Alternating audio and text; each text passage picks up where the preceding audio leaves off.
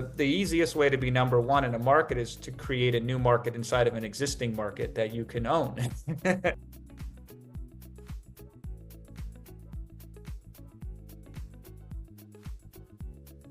Okay, so back to advantages, because okay, in theory, yes, we want to have the advantage, and that's where we want to play our game. But I mean, how do we actually find it? How do we identify it? You know how you identify yours, but how does somebody figure that out? Yep, that's a good question. So, I mean, at the highest level, supply and demand dictate everything. So the more something is in demand and the less supply of it there is, the higher the value for it. So then that means the easier it is to sell, the more you can charge, the more money you can make, the bigger the potential there, depending on market size, all that kind of stuff. So you want to be able to have this uh, the ideal position in any business is one, meaning you're number one. So number one in a market controls the market. Pretty much number two has to dictate their strategy based on what number one won't do. So, Coca-Cola owns the market, and so Pepsi never can compete head on with Coke. It will always lose. Apple owns the market for tablets, iPads. So you can't do what Apple does. And you just run down the line in these mature markets, as we call them. Number one sets the tone for the market. They typically take up 60 to 80% of the profits in that market. Number two has to be counter number one, be the opposite of number one, essentially. So their strategy is dictated by number one. And then number three through whatever, Mm. they don't really exist long term. So what you want to do is you want to be number one in a market. And the easiest way to be number one in a market is to create a new market inside of an existing market that you can own. Because then you're number one by default because you're the only one in the market. Now that's easier said than done, but it's this thing that I solve for more than anything. So I accidentally did this when I got started, guys. Um, my first product I ever created was an ebook on how to write articles faster. Because everybody was writing articles back then. This is 2007. So article marketing was a big strategy. It's like the equivalent of social media posting these days. Everybody was doing article marketing. They were trying to do it to make money. And I developed one single skill set of just writing faster articles, not better articles, not articles that made you more money per se. Just if you wrote 30 minutes, I could get you down to 15. So I carved out a market inside of a market that I was the only one that could occupy.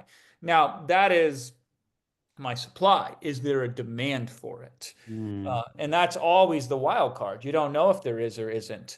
So I'm a huge fan of beta testing markets. So this is one of the strategic leverages that I use. I want to know if there's a demand or not as fast as humanly possible with the least amount of time, the least amount of money, and the least amount of risk. So how do I test a market quickly to validate if there is demand or not? So pick a market to be number one in, and then validate it quickly to see if the demand is there. So we're the only supplier, and if they're there, they have the most demand. That is so monstrous because then we can be number one. And by the time number two comes in, we are already ahead of them. We have more momentum than them. We have more leverage than them. And typically the bigger players, they won't go into those markets because they're too small for those guys. So, notice it was a $4 ebook, guys. It wasn't like I was saying like you have to come up with the most fanciest, most expensive, most craziest offer possible. Um, the number one thing is just to be number one. So then once you're in there, what's really cool is on that first sell, I discovered a couple things I didn't know before. One of them was that on these really short products that I created, because it was only a 6-page ebook, people would buy the product, 20 minutes later, report back in and say, hey, I've already gotten my money's worth. And Mm. even today, that's rare, but back then that was like a unicorn. It didn't happen. So all these people were like, whoa, I bought a product and immediately got more than my money's worth. That is uncommon. That is rare. So that's now another strategic advantage I have. I can engineer fast results. And I've noticed the market values a small, fast result that happens like right away over a bigger result that may or may not happen in the future. So that's a little bit of insight. Okay. How do I put that into the next product? I've also now gotten trust. So I now have a market that will look to me for other solutions because their past experience was very positive with me. They were literally guys asking me, "You got anything else? Hmm. Can I buy something else from you?" That's a pretty good advantage. So you have an inbuilt test audience that you can play with now. And then the other thing is I got proof. I can say, listen, when I teach stuff, people get good results. Why should you believe me? Well, look over there. Look at all those people that got a good result.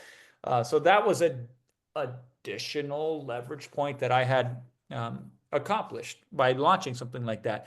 So, how do we test markets quickly, fastly, efficiently? Try to find markets that other people have looked over or underserving. One of my favorite things, guys, to look for is where are people buying products that are not very good and they know they're not very good? Because that shows me buyer intent. They're having to settle. They're like, yeah, this thing sucks. Here's my money anyway because it's better than nothing. Those are my favorite markets to go into because we know they're buying and we know that they're willing to buy inferior products. So this is a green light for us to go in and really disrupt those markets.